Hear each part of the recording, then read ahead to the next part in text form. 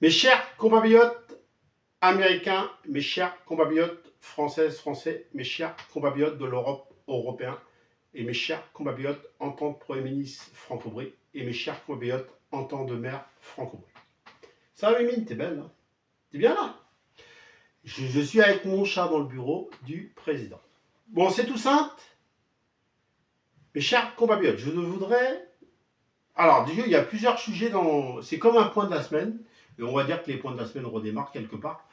Du coup, je voudrais juste faire une petite vidéo en remenant ce qui se passe entre Emmanuel Macron et Donald Trump. Alors, je vais vous dire quelque chose. Donald Trump, il est fou. Il est fou.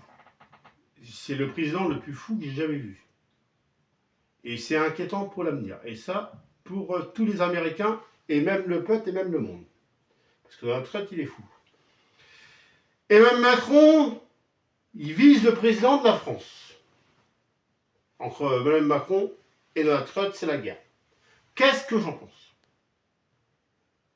Je suis inquiet parce que j'aime l'Amérique, j'aime la France et j'aime pas voir mes deux pays comme ça. Et je suis inquiet pour mes deux pays. Après, je ne veux pas vous cacher que je réjouis que Donald Trump s'en prend à Macron. Parce que je me dis, il y a au moins quelqu'un à sa hauteur. Et cette fois-ci, ça ne sera pas... Parce que jusqu'à présent, il s'est toujours foutu de nous. Hein, on est bien d'accord. Hein, le premier mandat qu'il a fait, il s'est foutu de nous. Le deuxième mandat qu'il a fait, il s'est foutu de nous. Il a été désagréable des fois. Bon bref, c'est juste pour vous dire, comme il s'est moqué des Français, dans un sens, je m'en réjouis. Et je pense qu'on est beaucoup. Que Donald Trump, ce qu'il fait à Emmanuel Macron. Mais par contre, je reviens à la France. Je suis inquiet pour la France. Et je suis inquiet pour l'Amérique. Et je suis inquiet pour l'Europe européenne. Et je suis inquiet pour les agriculteurs, tout cela qui souffre dans plein de sujets. Notre Premier ministre, il y a notre Premier ministre en ce moment. Et bien notre Premier ministre, il se moque de nous. Notre Premier ministre a dit qu'il ne prendra pas le 49.3. Et devant des milliers de Français, il a pris le 49.3. Et ça, avec Emmanuel Macron et puis bien sûr le Premier ministre, le cornu, ils sont moqués des Français. Alors moi, j'ai juste à te dire, il faut voter l'ascenseur. Que le Premier ministre, il dégage.